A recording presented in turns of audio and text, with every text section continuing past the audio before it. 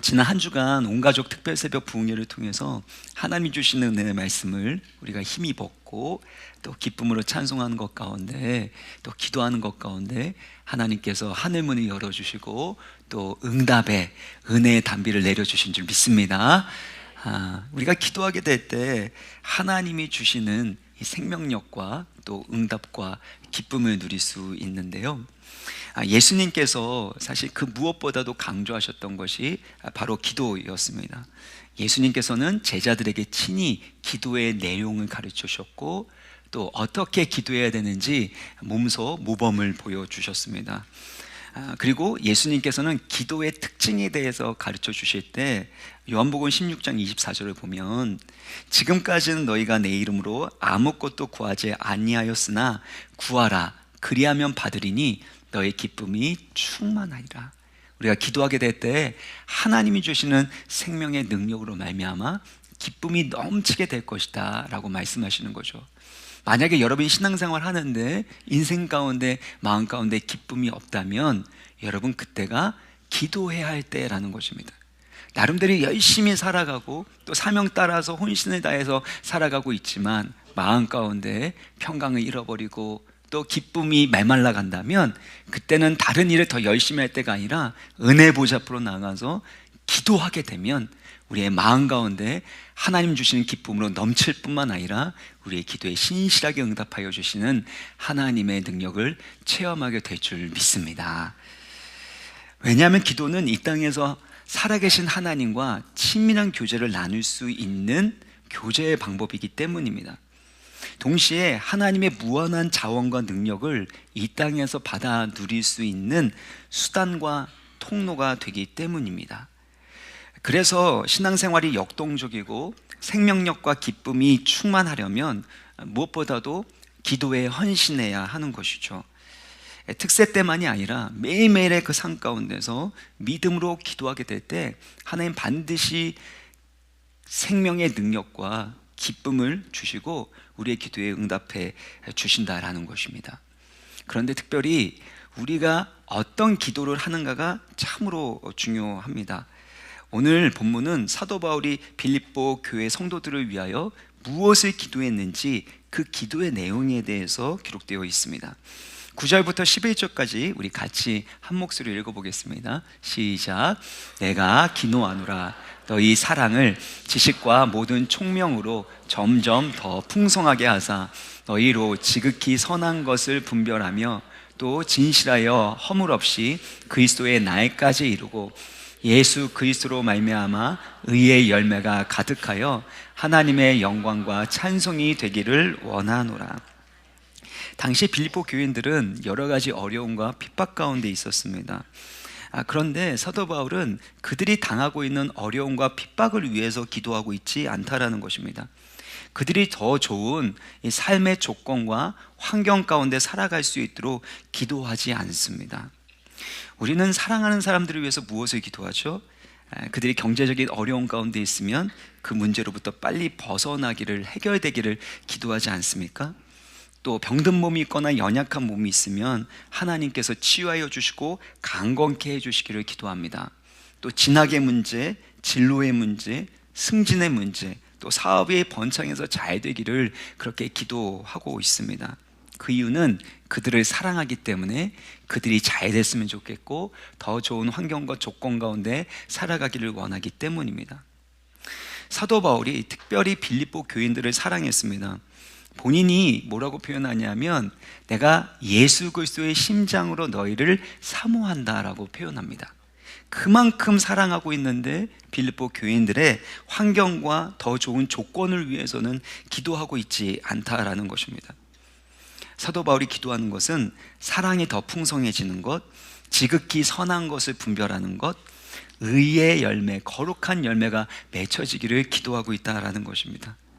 그러니까 사도 바울의 기도와 우리의 기도가 참 다르다라는 것을 느끼게 되는데 그 이유가 무엇이겠냐라는 것입니다. 우리의 기도는 보통 우리가 살아가는 데 있어서 필요한 것들, 환경적인 어떤 여러 가지 상황과 관련된 부분들, 이런 것들을 구하게 됩니다. 그것이 필요하기 때문에, 그것이 도구와 수단이 되기 때문에 구하는 것이겠죠.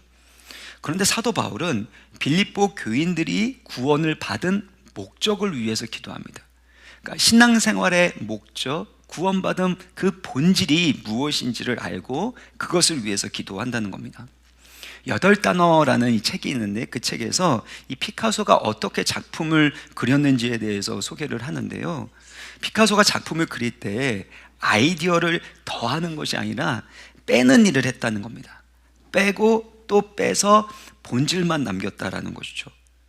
코코 샤넬, 여러분 샤넬 좋아하십니까? 이 샤넬이 디자인하고 액세서리를 이렇게 막 붙여 놓습니다. 그리고 난 다음엔 필요한 것만 남을 때까지 다 하나씩 하나씩 뺐다는 겁니다.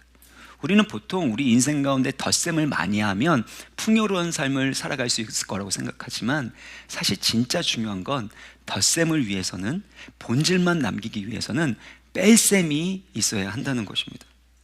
사도 바울도 빌립보 교회의 성도들을 얼마나 사랑했습니까? 그러니까 얼마나 많은 기도 제목을 가지고 그 성도들을 위해서 기도했겠냐라는 겁니다.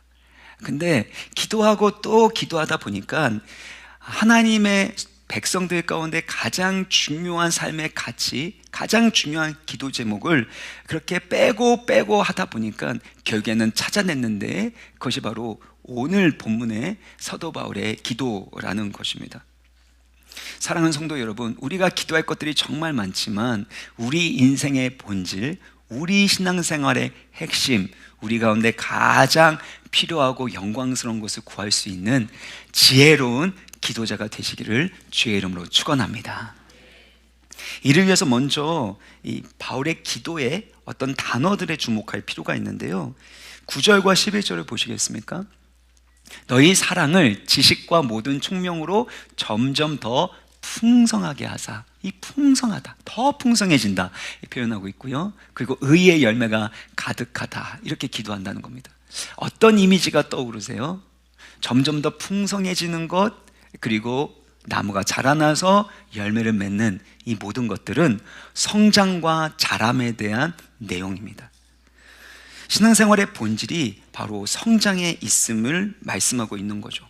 생명력이 있으면 자라나게 되어 있습니다. 우리가 갓난아이들 이렇게 보면요, 너무 예쁩니다. 그래서 어린 시절의 효도를 다 했다라고 그런 생각이 들 정도로 너무나도 예쁜데요. 특별히 저희 둘째 딸이 너무 예뻤거든요. 그래서 너무 예쁘고 너무 사랑스럽고 지금도 그런데요. 근데 만약에 우리 사랑하는 자녀가 그렇게 예쁜 모습으로만 있고 자라나지 않는다면 어떨까요? 그 예쁜 모습만으로 있는 것은 결단코 예쁜 모습, 그 모습이 아닐 것입니다. 계속해서 성장하는 것이 자연스러운 것이고 생명이 있는 한 계속해서 성장해야 한다는 것입니다. 하나님께서 우리를 너무나도 사랑하시고 기뻐하십니다. 이것은 이루 말할 수가 없습니다. 그렇기 때문에 하나님께서 우리 가운데 기대하시는 것은 우리가 성장하기를 원하신다는 거예요. 여러분께서 이렇게 예배 나와서 하나님께 찬송하고 하나님께 영광 드리는 예배 드리시는 것, 은혜 받는 것 너무나도 귀한 일입니다. 근데 여러분이 만약에 예배 드리는 걸로 끝나고 여러분의 믿음이 자라나지 못한다면, 여러분이 영적으로 성장하지 못한다면 그것은 하나님의 마음을 아프게 하는 일이 될 수 있는 것입니다. 하나님의 생명력, 그리스도의 은혜가 함께 한다면 영적으로 반드시 자라나야 한다는 것입니다. 자라나서 그래서 하나님께서 주신 그 사명을 감당할 수 있는 성숙한 사람이 되는 겁니다. 그래서 여러분의 행복 아카데미를 통해서 계속해서 배우고 성장하는 것이 필요합니다. 가정교회 안에서 말씀도 배우고 양육받고 성장하는 것이 중요하다라는 것입니다. 그런 의미를 가지고 구체적으로 사도 바울이 했었던 기도의 내용이 무엇인지 살펴보도록 할 텐데요. 첫 번째는 사랑입니다. 사랑. 9절을 보면 사도 바울이 무엇이 점점 더 풍성하기를 기도했습니까? 네, 사랑이라는 것입니다. 사랑이 점점 풍성해지는 것, 이것이 사도 바울의 첫 번째 가장 우선순위가 되는 기도였다는 것이죠. 우리의 신앙생활의 목적이 무엇입니까? 하나님이 영광 위하여 많은 일들을 한다, 또 성경 공부도 한다, 또 봉사도 한다 라고 얘기하지만 결국에 우리가 신앙생활하는 목적이 있다면 사랑이 점점 더 풍성해질 수 있도록 하는 것입니다. 예수님께서 가르쳐 주신 가장 큰 계명은 무엇입니까? 마태복음 22장 37절부터 39절을 보면 내 마음을 다하고 목숨을 다하고 뜻을 다하여 주 너의 하나님을 사랑하라. 가장 큰 계명, 첫째 되는 계명이 무엇이라고요? 마음을 다하여 목숨을 다하여 뜻을 다하여 하나님을 사랑하는 것이고, 두 번째 큰 계명은 내 이웃을 내 자신과 같이 사랑하는 것입니다. 하나님 사랑과 이웃 사랑이 인생의 가장 근본적인 목적인 것이고, 우리가 할 수 있는 가장 큰 일이라는 겁니다. 우리가 하나님 나라를 위해서 많은 일들을 할 수 있고 큰 업적을 세울 수 있습니다. 그러나 사랑이 없으면 아무것도 아니라는 거예요. 아무리 작은 일이라고 할지라도 큰 사랑으로 한다면 그것은 큰 일이 된다라는 것이 성경의 말씀입니다. 고린도전서 13장 1, 2절을 보면요, 사람의 방언과 천사의 말을 할지라도 무엇이 없으면 소리나는 구리와 울리는 꽹과리가 됩니까? 사랑이 없으면 아무것도 아니라는 겁니다. 예언하는 능력이 있어 모든 비밀과 모든 지식을 알고, 이러면 얼마나 좋을까요? 산을 옮길 만한 모든 믿음이 있을지라도, 우리가 특세에 모여서 간절하게 기도했었던 그 큰 산이 다 옮겨지는 기적의 역사가 일어나면 얼마나 좋겠냐는 겁니다. 그런데 그럴지라도 뭐가 없으면 아무것도 아니에요? 사랑이 없으면 아무것도 아니라는 것입니다. 그러니까 신앙생활의 핵심은 사랑이 점점 더 풍성해지는 겁니다. 어느 교회가 좋은 교회입니까? 예배가 좋고 설교가 은혜롭고 또 여러 가지 봉사와 선교활동, 구제활동을 많이 하는 교회가 좋은 교회처럼 보이지만 거기에 사랑이 없으면 아무것도 아니라는 것입니다. 가장 본질적인 것은 하나님 사랑과 이웃 사랑에 있기 때문에 서로 사랑하는 것보다 더 귀한 일은 없다라는 것입니다. 근데 사랑이 사실은 가장 중요한데, 이 사랑이 보입니까, 눈에? 사랑이 눈에 보이는 것 같지만 사실은 잘 안 보입니다. 그래서 진짜 사랑과 가짜 사랑을 구분하지 못하는 이들이 있습니다. 또한 사랑하는 척을 할 수 있는 거잖아요. 근데 사랑이라는 것은 눈에 보이지 않는 것처럼 보이지만 반드시 표현되게 되어 있습니다. 진짜 사랑은 표현될 수밖에 없습니다. 하나님은 사랑이시고, 그리고 하나님이 세상을 이처럼 사랑하셔서 어떻게 하셨습니까? 너무나도 사랑했기 때문에 독생자를 주셨다고 말씀합니다. 그러니까 하나님의 사랑은 자기 희생으로 표현되고 자기를 내어주는 사랑으로 표현이 됩니다. 마찬가지로 우리가 사랑한다고 얘기할 때 내가 진심으로 사랑한다고 말하지만 사실은 그것이 표현되지 않으면 알 수 없는 법입니다. 내가 너 이렇게 사랑하는데 상대방은 그걸 잘 모르잖아요. 누구 문제일까요? 서로의 문제이겠지요. 그러나 느껴지지 않는 사랑은 사랑으로 사실 믿어지지가 않는다는 겁니다. 느껴지지 않으면 믿어지지 않는 게 사랑이라고 말할 수 있는 것입니다. 옛 어른들, 저희 부모님 이후의 세대들은 사랑을 잘 표현하지 못했었는데요, 사랑을 표현하는 연습이 필요합니다. 왜냐하면 하나님이 그렇게 사랑을 표현하시기 때문에. 우리의 손을 잡아주시죠. 우리를 사랑으로 안아주시죠. 우리를 붙드시고 인도해 주시죠. 때론 낙심하고 힘든 상황 가운데 위로해 주시고 격려해 주시고 소망의 말씀을 주실 뿐만 아니라 그 말씀의 능력과 함께 친히 도우셔서 하나님의 뜻을 이루어 주시는 그 사랑을 우리가 경험하면서 살아가는 거 아닙니까? 그래서 우리가 가정에서도 그 사랑을 표현하는 법을 배워나가야 돼요.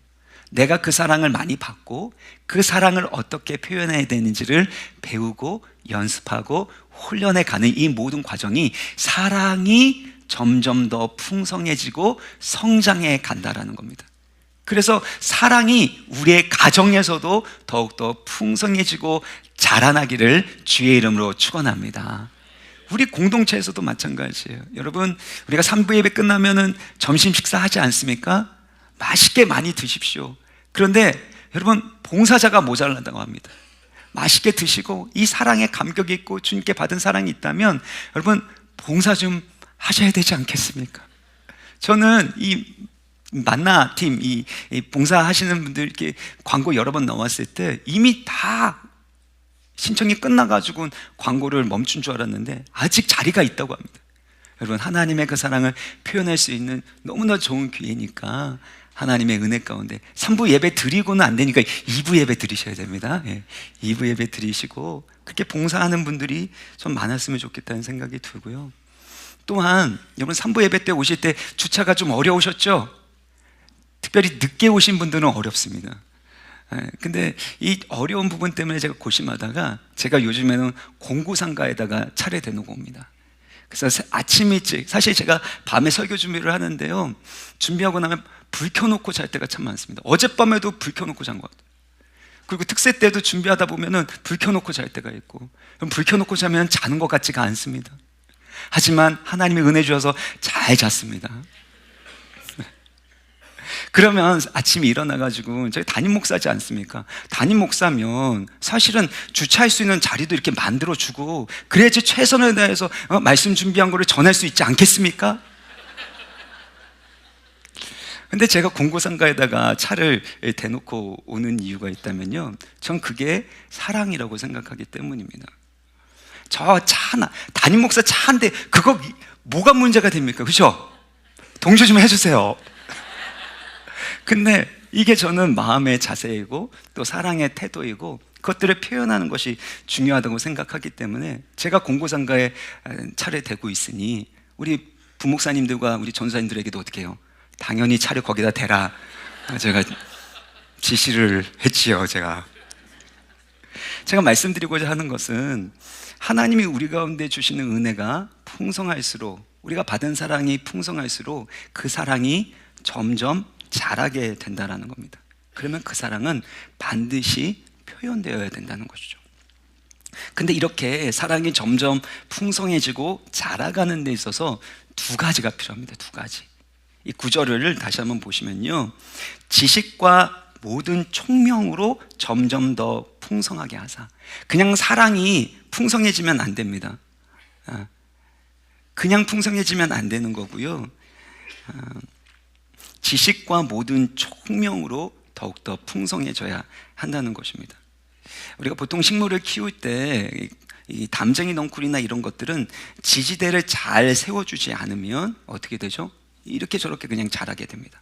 이 지지대 역할을 하는 것이 지식과 모든 총명이라는 것입니다. 이것을 찰스 스윈돌 목사님은 사랑의 강물로 비유를 했습니다. 사랑의 강물은 지식과 총명의 뚝을 따라 흘러야 한다라는 것입니다. 여러분 생각해 보세요. 이 강물이 있는데 풍성해져 가지고 넘쳐서 뚝 바깥으로 가게 돼서 사람들에게 가게 되면 뭐죠? 그건 홍수가 되고 재해가 되는 것입니다. 그래서 사랑의 강물도 마찬가지로 그냥 넘쳐 흐르면 안 되고 지식과 총명의 뚝을 따라서 흘러가야 한다라는 것입니다. 보통 우리가 이것이 없이 사랑하게 되니까 나는 진심인데 상대방에게는 그 진심이 고통과 아픔이 되는 거 아니겠습니까? 그래서 먼저 이 지식이 무슨 뜻인지를 살펴볼 텐데요, 지식은 헬라어로 에피그노시스입니다. 에피그노시스는 복음의 진리를 아는 지식, 하나님을 아는 지식으로 번역하면, 이해하시면 됩니다. 바른 지식이 없으면 그 사랑은 잘못될 수밖에 없다는 겁니다. 사랑도 진짜 사랑이 있고 가짜 사랑이 있습니다. 많은 경우에 세상 사람들은 본인의 정욕, 본인 안에 있는 욕구를 채우려는 그것을 사랑으로 여길 때가 있습니다. 또 건강한 사랑이 있고 건강하지 않은 사랑이 있는 법입니다. 그래서 바른 지식 안에서 이 건강한 사랑이 자라나지 않으면 그것은 서로에게 해악을 끼칠 수밖에 없는 겁니다. 어떤 청년이 실제로 어떤 남자친구하고 헤어지는 그 과정 가운데서 나 너랑 헤어지면 나 죽어버릴 거다, 이렇게 협박을 하는 겁니다. 어떻게 해야 되냐고 얘기를 하길래 그냥 헤어져야 된다고 얘기했습니다. 왜냐하면 사랑하는 사람하고 헤어져 버리면 죽어버리겠다라는 것은 결단코 바른 지식에서 나오는 건강한 사랑이 아니기 때문에 언제든지 자신을 해칠 수 있을 뿐만 아니라 다른 사람도 해칠 수 있는 잘못된 사랑이기 때문에 그것은 멈춰야 되는 것이죠. 우리가 하나님을 아는 지식, 복음의 진리를 아는 지식에서 이 사랑이 자라지 않게 되면 결국에는 누군가를 힘들게 하고 고통스럽게 만들 수 있다는 것입니다. 그래서 하나님을 아는 지식, 복음을 아는 지식 가운데서 사랑이 풍성해져야 되는 거예요. 베드로후서 3장 18절을 보면 구주 예수 그리스도의 은혜와 그를 아는 지식에서 자라가라. 예수 그리스도를 아는 지식에서 자라가야 한다라는 것입니다. 그래서 여러분 행복 아카데미를 하셔야 되는 거예요. 말씀을 배우셔야 돼요. 가정교회 안에서도 삶을 나누는 걸로만 끝나면 안 되고요. 하나님을 계속해서 알아가고 말씀을 배우고 그 말씀대로 적용하고 순종해가는 삶이 필요하다라는 것입니다. 두 번째는요, 모든 총명입니다. 이 총명은 헬라어로 아이스테시스라는 단어인데 폭넓은 통찰력입니다. 한번 따라해 볼까요? 폭넓은 통찰력. 이 통찰력이 사랑하는데 너무 중요합니다. 보통 우리가 마음은 진심이에요. 진심으로 사랑한다고 하는데 통찰력이 없으면 나 중심적으로 사랑하게 되어 있습니다. 상대방이 무엇을 원하는지, 무엇을 필요로 하는지 그것에 대해서 보지 못하는 거죠. 지금 하나님께서 우리의 가정 가운데 지금 사랑하는 사람에게 무슨 일을 하고 계시는지, 어떤 것이 하나님의 뜻인지를 분별하는 통찰력이 없으면 사랑하면 할수록 사실은 상대방에게 고통과 아픔을 줄 수 있는 것입니다. 그래서 우리 부모님들이 가장 필요한 것이 있다면 하나님의 주시는 통찰력이에요. 내가 지금 이것을 듣고 인내해야 될 때인지 아니면 조언을 해주고 도와줘야 될 때인지 이것들을 분간할 수 있어야 된다는 겁니다. 여러분, 도와달라고 하지 않았는데도 도와주면 나중에 어떻게 되는 줄 아십니까? 도와주지 않았는데도 도와주다 보면 자립심이 약해지게 됩니다. 그리고 부모가 도와주는 것을 마치 당연한 걸로 알고 나중에 도와주지 않으면 왜 안 도와줬냐고 하면서 자기는 안 하면서 왜 안 도와줬냐고 그렇게 하는, 그래서 은혜도 잘 모르는 사람이 될 수 있는 것입니다. 그래서 통찰력이 필요해요. 사랑한다고 상대방이 원하는 걸 다 주는 것은 진짜 사랑이 아닌 것이죠. 그래서 사랑할 때 진짜 중요한 것은 폭넓은 통찰력, 하나님이 주시는 지혜를 갖는 것입니다.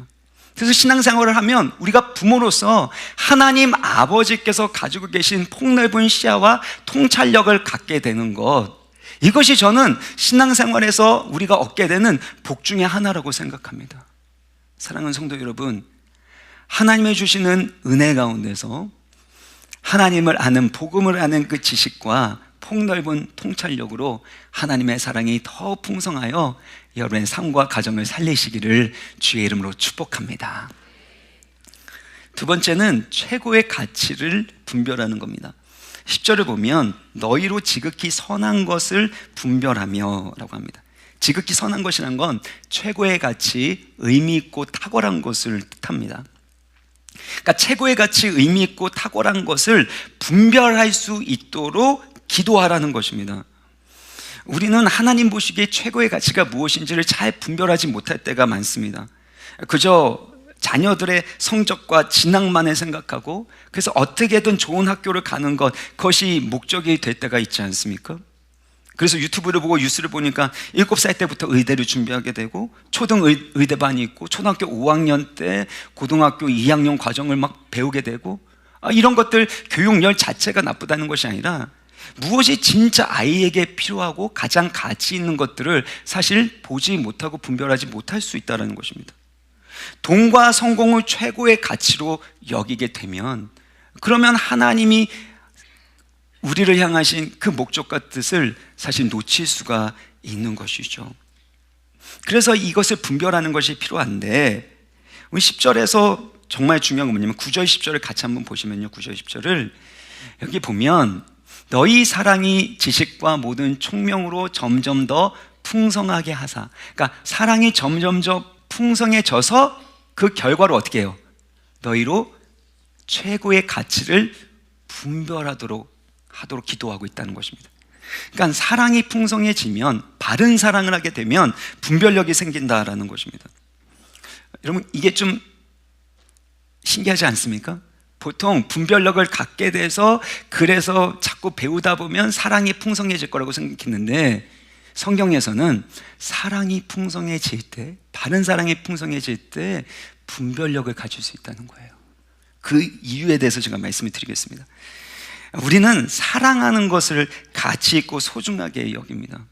여러분, 남의 집 자녀들이 사실은 멋있고 예쁘고 잘나고, 그렇지만 누가 최고 예쁘고 최고 귀합니까?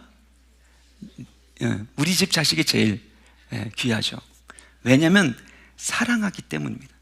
우리는 사랑하는 대상을 가장 가치 있게 여기고 소중하게 여기는 법입니다. 그래서 내가 잘못된 것을 만약에 사랑하게 되잖아요. 그러면 잘못된 것을 가치 있게 여기게 되고 그것 때문에 우리의 인생을 망가뜨려 버리게 되는 일들이 일어나게 됩니다. 여러분, 술, 담배가 사실 우리의 신앙의 본질은 아닙니다. 이 부분에 대해서 더 길게 얘기하면 시간이 없으니까 여러분, 술, 담배 때문에 교회 오는 거, 신앙생활하는 거 부담스럽게 여기지 마십시오. 괜찮습니다. 은혜 받다 보면 끊어질 거예요. 필요하면 그만두셔야 되는 거고. 근데 뭐냐면 술, 담배가 어디에 안 좋습니까? 우리의 몸에 안 좋아요. 건강에 안 좋기 때문인데, 그럼에도 불구하고 내 몸에 문제가 생길 때까지는 술, 담배가 잘 끊어지지 않습니다. 너무 좋은 거죠. 왜냐하면 그것을 사랑하는, 그것을 통해서 얻은 즐거움과 위안이 있기 때문에, 그래서 건강에 좋지 않음에도 불구하고 이것들을 계속하게 되는 것이죠. 마찬가지로 내가 좋아하고 사랑하게 되면 그것을 가치 있게 여기게 됩니다. 어떤 아버지가 본인의 딸과 관련해서 어떻게든 공부를 잘하고 좋은 학교, 좋은 직장에 가기를 소원하는 마음이 있었습니다. 그래서 아버지로서 해야 될 역할이 딸이 어떻게든 공부 잘하도록 하는 것이다, 이 생각을 갖습니다. 그래서 이 딸을 압박하기 시작합니다. 여러 가지 갈등과 아픔이 있지만 그래도 목적은 딸이 공부를 잘하는 거니까 그렇게 계속해서 추궁하고 강하게 밀어붙였습니다. 그러고 나서 이제 저하고 얘기를 나누는데 기도 제목을 내는 거예요. 딸이 요즘에 공부를 안 한다, 관계가 어렵다. 그래서 제가 질문을 했습니다. 집사님이신데, 집사님, 딸이 공부를 잘하는 게 더 중요합니까? 아니면 딸과의 관계가 더 소중하고 중요합니까? 제가 이 질문했더니 이분이 말씀하시는 게, 저는 딸이 좋은 학교 가서 좋은 직장 가는 게 더 중요합니다, 그러는 거예요. 그래서 제가 너무 마음이 아프더라고요. 그래서 제가 말씀드렸어요. 만약에 딸과의 관계가 좋지 않은데 아빠가 하는 그 말을 딸이 듣겠습니까? 관계가 안 좋은데? 그래도 상관없대요. 근데 다행히 결국에는 그 마음을 하나님께서 만져줘서 생각이 바뀌고, 그래서 딸과의 관계가 딸의 성적보다도 더 중요하다라는 것을 인정하셨는데요. 왜 이 아버지는 딸과의 관계보다 이 성적과 좋은 직장 가는 게 더 중요하게 여겨졌을까요? 생각해보면 사실 별거 아니죠. 딸을 잘 키워야 된다는 아버지로서의 책임감이 있는 겁니다.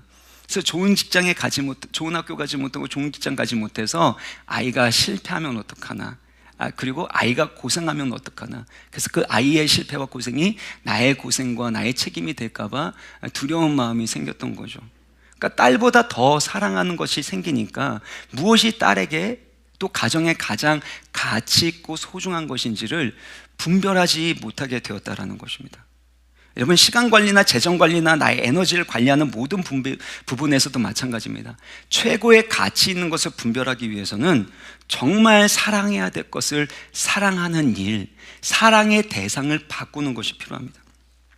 디모데전서 6장 9절 10절을 보면 부하려고 하는 자들에 대해서 이야기하고 있습니다. 부자 되려고 하는 자들은 시험과 올무와 여러 가지 어리석고 해로운 욕심에 떨어진다는 거죠. 저는요, 목회자가 아니라면 여러분 다 부자 됐으면 좋겠어요. 근데 성경은 부자 되려고 하지 말라는 겁니다. 그러면 반드시 시험과 올무, 어리석고 해로운 욕심에 빠지게 된다는 것이죠. 왜 그렇습니까? 부자 되려고 하는 건 마음에는 무엇을 사랑하기 때문에, 10절을 보시면 돈을 사랑하기 때문입니다. 돈을 사랑하게 되면 그것은 일만 악의 뿌리가 되는 겁니다. 하나님 보시기에 최고의 가치, 우리 인생의 가장 중요한 그 가치를 볼 수 없도록 그 눈을 어둡게 만드는 것입니다. 이것을 탐내는 자들은 미혹을 받아 믿음에서 떠나 많은 근심으로써 자기를 찌르게 된다는 겁니다. 그러니까 결국엔 돈을 버는 게 나쁜 게 아닙니다. 돈을 사랑하고 부자가 되려고 하는 그 자체가 결국엔 우리의 분별력을 흐릿하게 만든다는 것입니다. 그래서 예수님께서는 하나님과 재물을 겸하여 섬길 수 없다, 하나님을 섬기든지 재물을 섬기든지, 하나님을 사랑하든지 재물을 사랑하든지 둘 중에 하나밖에 없다는 것입니다. 돈보다 하나님을 더욱 사랑할 때 돈을 어떻게 써야 하는지 돈의 목적과 가치를 깨달을 뿐만 아니라 그 돈을 다스려서 더 행복한 의미 있는 삶을 살아갈 수 있게 만들어 줄 수 있다는 것입니다. 그래서 여러분이 사랑하는 것이 여러분의 인생을 이끌고 간다는 것을 여러분은 깨달으셔야 됩니다. 성 어거스틴이 다음과 같은 말을 했습니다. 내가 사랑하는 것, 그것이 나를 이끌어가는 중력이다. 다시 한번 들어보세요. 내가 사랑하는 것, 그것이 나를 이끌어가는 중력이다. 내가 어디로 움직여 가든지 나를 움직이는 것은 사랑이다. 결국에 내가 사랑하는데 끌려달 수밖에 없다는 겁니다. 그래서 여러분, 누군가가 변화되려면 사랑의 대상이 바뀌어야 돼요. 신앙생활도 결국에는 사랑의 대상이 바뀌는 겁니다. 우리 자녀들이 뭔가 고상하고 가치 있는 것에 따라 살아가기를 원한다면 그들이 정말 제대로 된 사랑을 받고 진짜 가치 있는 것을 갈망하고 사랑할 수 있도록 도와주면 되는 거예요. 억지로 되는 게 아닙니다. 생텍쥐베리의 어린 왕자에 보면 이런 유명한 말이 있죠. 당신이 배를 만들고 싶다면 사람들에게 목재를 가져오게 하고 일을 지시하고 일감을 나눠주는 일을 하지 말라. 대신 그들에게 저 넓고 끝없는 바다에 대한 동경심을 키워줘라. 마음 가운데 바다에 대한 갈망, 동경심이 생기게 되면 하지 말라 그래도 배를 만드는 방법을 찾아서라도 만들어서 저 바다로 나간다는 것입니다. 하나님이 우리 가운데 이 일을 하기를 원하시는 거예요. 우리 가운데 가장 영광스러운, 가장 아름답고 고귀한 그 가치를 따라 살아갈 수 있도록 우리의 마음을 원하시는 거고, 우리가 그 하나님의 영광을 사랑하고 사모하고 그 영광을 따라 살아가기를 원하신다라는 것입니다. 그러면 여러분, 그 무엇보다도 하나님을 사랑하시고 진리를 사랑하시기를 주의 이름으로 축원합니다. 어거스틴이 이런 말을 했습니다. 제가 참 좋아하는 표현인데요. 하나님을 사랑하라. 그리고 하고 싶은 대로 하라. 웃음이 절로 나오십니까? 하고 싶은 대로 하라?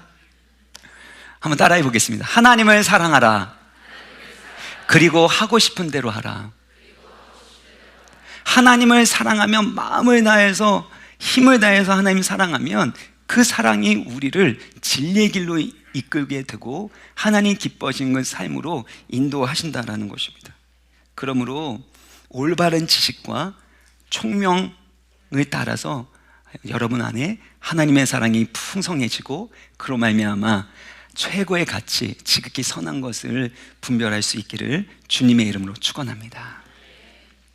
이 세 번째는요, 거룩함입니다. 10절을 보면 또 진실하여 허물 없이 그리스도의 날까지 이루고, 이 부분 우리가 같이 읽어보겠습니다. 시작. 또 진실하여 허물 없이 그리스도의 날까지 이루고 예수 그리스도로 말미암아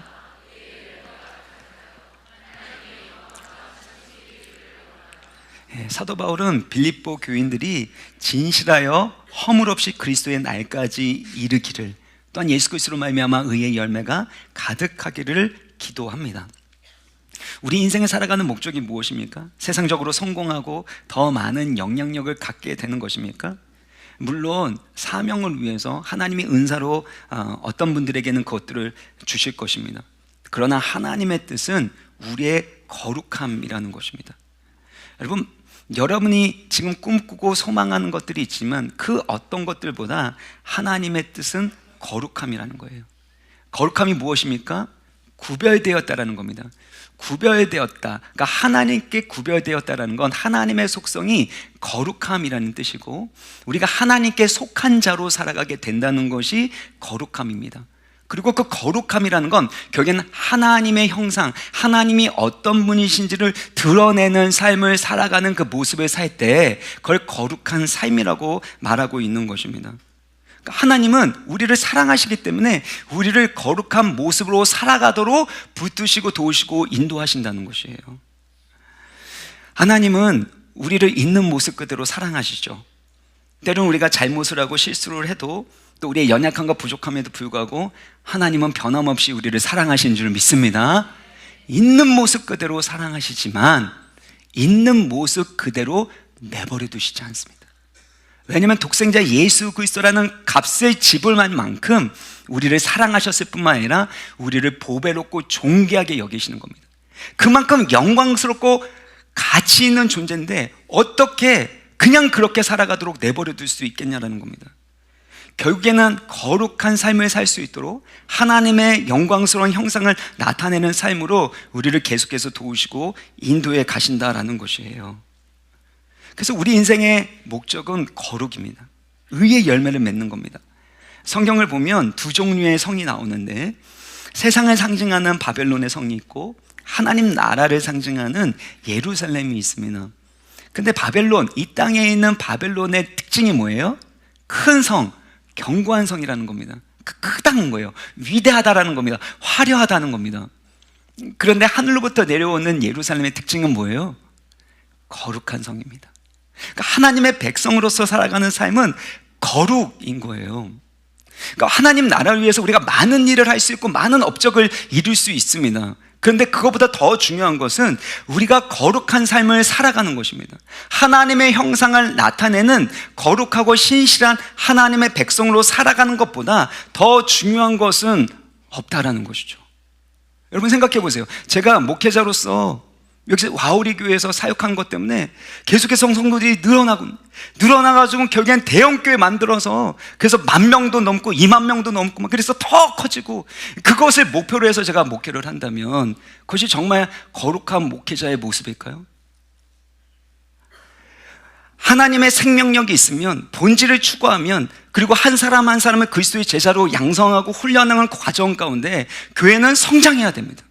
교회는 계속해서 성장해야 되고 그걸 통해서 땅끝까지 이뤄 주의 복음을 증거하는 일 때문에 큰 교회도 필요하고 작은 교회도 필요한 겁니다.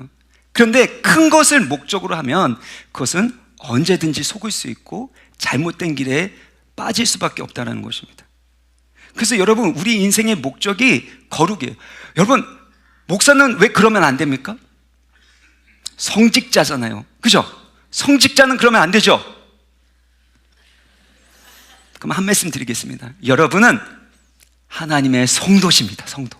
우리가 하나님의 영광을 위하여 살아간다는 건 결국엔 하나님의 형상을 나타내는 거룩을 추구하는 삶이라는 겁니다. 그런데 여러분 거룩이라고 하면 마음이 어떻게 느껴집니까? 이 10절도 보면요, 진실하여 허물 없이 그리스도의 날까지 이루고, 아이고 어떻게 진실하고 허물이 없어요? 이 죄 많은 세상에서 경쟁 가운데서 살아남는 것도 힘든데 여러분 가슴이 답답해 오십니까? 근데 여기에 복음이 있는 거예요. 진실하여 허물 없이 그리스도의 날까지 이른다라는 건 그리스도의 날까지 하나님께서 우리로 하여금 진실하고 허물 없게 그렇게 거룩하게 살아갈 수 있도록 우리 가운데 일하신다라는 겁니다. 우리를 붙드시고 도우시고 인도하신다는 거예요. 그래서 11절을 보세요. 뭐라고 표현합니까? 그리스도로 말미암아 의의 열매가 가득한 거예요. 우리가 열심히 애쓰고 노력하고 막 그런다고 의의 열매가 맺히는 게 아니라 예수 그리스도로 말미암아 의의 열매가 가득하게 되는 줄 믿으시길 바랍니다. 예수 그리스도로 말미암아, 이건 뭐냐면요, 예수 그리스도의 힘으로 능력으로 그가 함께 하심으로 이런 열매가 맺혀지게 된다는 것입니다. 의라는 것은 성경에서 근본적으로 올바른 관계를 의미합니다. 올바른 관계를 맺었을 때 하나님 보시기에 의롭다라고 말하게 되는 거예요. 예수 그리스도로 말미암아 우리가 의롭게 된 거예요. 하나님과 올바른 관계를 맺게 된 겁니다. 그러면 우리 안에 역사하시는 성령께서 우리를 도우셔서 거룩한 삶을 살아갈 수 있도록 도우시고 인도해 가신다라는 것입니다. 요한복음 15장 5절을 보세요. 여기 보면 풍성한 열매를 맺는 비법에 대해서 제가 여러 번 강조하지 않습니까? 포도나무 대신은 주님께 붙어 있으면 그러면 열매를 많이 맺는 겁니다. 그러나 주님을 떠나서는, 떨어져서는 아무것도 할 수 없는 거예요. 결국에는 우리가 거룩한 삶을 살아가는 건 거룩 그 자체가 목표이지만 그 거룩 그 자체가 우리 가운데 의미 있게 되기 위해서는 바로 생명의 근원이 되시고 우리의 거룩함과 의로움이 되시는 예수님과 붙어 있어야 된다는 거예요. 거룩한 삶은 결국엔 예수님을 더욱더 의지하는 삶이고 예수님을 더욱 사랑하는 삶이고 예수 그리스도로 만족하는 삶을 살아가게 되는 것을 의미하고 있는 것입니다. 사랑하는 여러분, 우리가 인생을 살아가게 될 때 때로는 넘어집니다. 실패합니다. 때로는 거룩한 삶을 살아가지 못할 때도 있습니다. 그러나 그때에도 우리가 예수 그리스도로 말미암아 의의 열매를 맺을 수 있도록 성령께서 우리 가운데 일하시고 우리를 붙드시고 인도하여 주시는 줄 믿으시길 바랍니다. 그래서 우리 가운데 있는 완벽주의적인 태도를 버리는 게 필요해요. 여러분, 완벽주의적인 태도를 가지고 있다는 건 뭐냐면 실제로 그 이들을 완벽하게 할 수 없음에도 불구하고 여전히 완벽하게 하려는 모습들이 있다는 것이죠. 우리는 완벽할 수 없습니다. 어느 유튜브 영상을 보니까요, 완벽주의를 추구하지 말고 완료할 수 있는 사람이 되라 라는 표현이 있더라고요. 완벽주의를 가진 사람은요, 태도는 그런데 실제로 하지도 못하고 게으른 완벽주의도 있지 않습니까? 근데 그게 아니라 하나님이 우리 가운데 시작하신 일을 완료하실 거예요. 6절을 보세요. 1장 6절에 보면 너희 안에서 착한 일을 시작하신 이가 그리스도 예수의 날까지 이루실 줄을 우리가 확신하노라. 그리스도 예수의 날까지 누가 이루신대요? 누가 완료하신대요? 우리 안에 착한 일을 행하신 하나님께서 행하신다는 겁니다. 언제까지요? 그리스도 예수의 날까지. 그리고 그리스도 예수의 날까지 진실하여 허물 없게 하시겠다라고 하나님이 선언하고 계시는 겁니다. 이 하나님의 선언을 믿으시고 이 약속을 믿으시고 끝까지 소망 가운데 거룩을 따라 살아가심으로 의의 열매 풍성하게 맺으시기를 주의 이름으로 축원합니다. 특별히 이 일을 통해서 누구에게 영광을 돌려야 됩니까? 우리 11절 같이 읽겠습니다. 시작. 예수 그리스도로 말미암아 의의 열매가 가득하여 하나님의 영광과 찬송이 되기를 원하노라. 나의 만족과 나의 기쁨 위해서가 아닙니다. 내가 기준이 아닙니다. 하나님이 기준이 되시고 하나님의 영광과 찬송이 되는 우리의 삶이 될 수 있기를 주님의 이름으로 축원합니다. 같이 찬양하시겠습니다.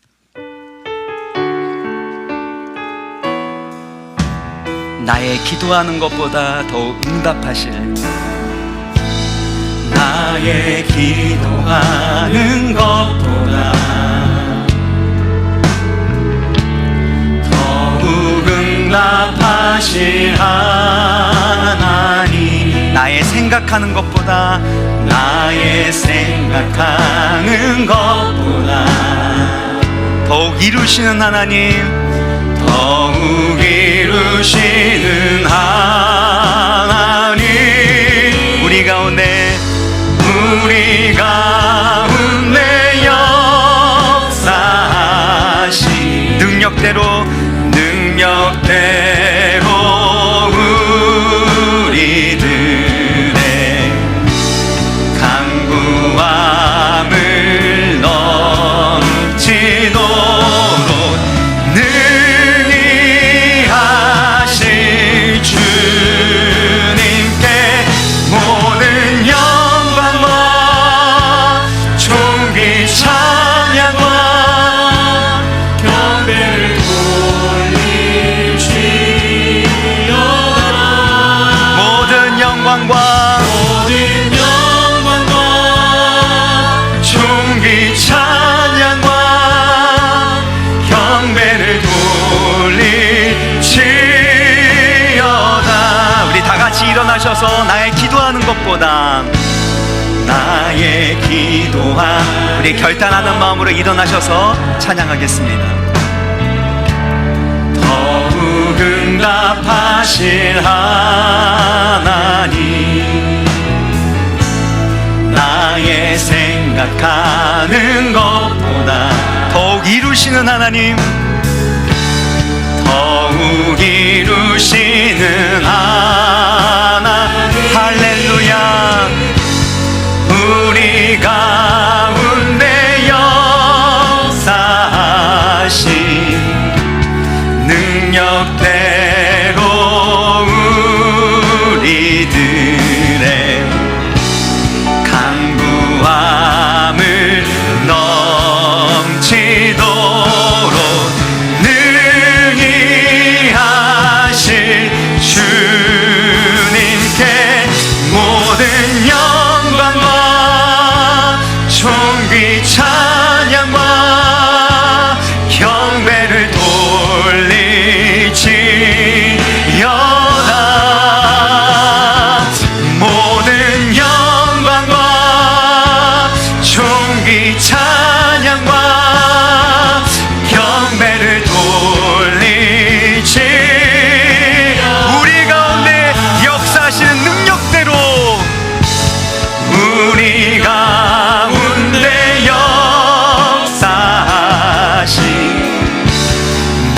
능력대로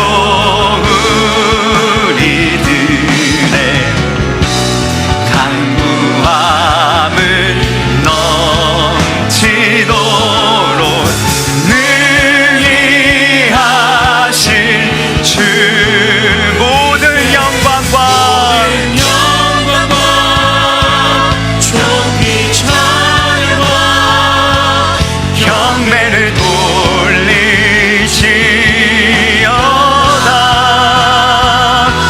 모든 영광과 존귀 찬양과 경배를 돌리시어다.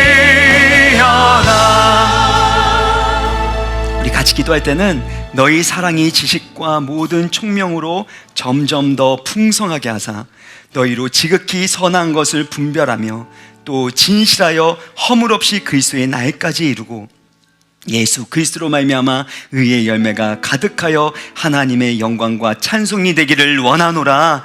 정말 우리가 사랑해야 될 것을 사랑할 수 있도록 하나님을 아는 지식에서 자라가게 하여 주옵소서. 사랑할 때 통찰력을 가지고 정말 상대방의 입장과 또 하나님의 뜻을 헤아릴 수 있는 지혜와 통찰력을 가지고 사랑하게 하여 주옵소서. 최고의 가치를 분별할 수 있는 그런 사랑이 자라나게 하여 주시고 거룩이 우리의 삶 가운데 이루어져서 의의 열매 맺어 하나님께 영광 돌리게 하여 주옵소서. 예수 그리스도로 말미암은 의의 열매 맺을 수 있도록 주님과 더 친밀한 교제 누리게 하여 주시고 말씀을 배우고 그 말씀을 붙들고 살아가게 되어질 때 하나님의 역사하시는 또 기도에 응답하여 주시는 그런 능력과 신실하심을 체험하게 하여 주옵소서. 이 시간에 주여 한번 간절히 부르고 기도하겠습니다.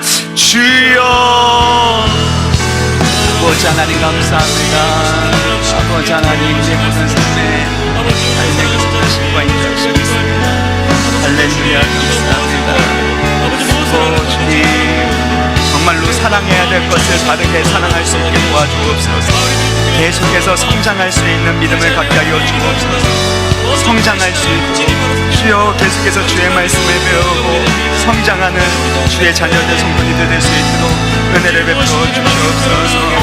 주님 내가 생각하는 것보다 내가 기대하는 것보다 더욱더 이루시는 그 하나님을 바라보고 의지합니다. 아버지 하나님 도우시고 은혜 베풀어 주옵소서. 하나님의 사랑이 하나님의 은혜가 더욱더 풍성하게 하여 주시고 그래서 우리의 사랑이 지식과 모든 총명으로 더 풍성하게 하여 주시길 원합니다. 지극히 선한 것 최고의 가치를 분별하게 하여 주옵소서. 예수 그리스도로 말미암아 예수님만으로 만족할 수 있는 자게 하여 주시고 지극히 선한 것을 분별하는 삶을 살아갈 수 있도록 도와주시옵소서. 예수님이 우리의 자랑이 되게 하여 주시길 원합니다. 십자가의 능력과 부활의 능력으로 살아가는 우리 모든 성도들이 되게 하여 주옵소서. 주님께서 우리 가운데 행하시는 그 신실하신 일들을 바라봅니다. 주님 역사하여 주옵소서. 아버지 하나님 우리가 버려야 될 것, 끊어버려야 될 것들, 우리가 사랑해야 될 것들을 사랑할 수 있도록 도와주시고 인도하여 주시옵소서. 주님 하여 주옵소서. 주님 주시길 원합니다. 정말 사랑해야 될 것을 사랑할 수 있도록 도와주시옵소서. 주님 하게 하여 주옵소서. 하나님의 영광을 하여 주옵소서. 최고의 가치를 보고 분별할 수 있도록 도와주시옵소서.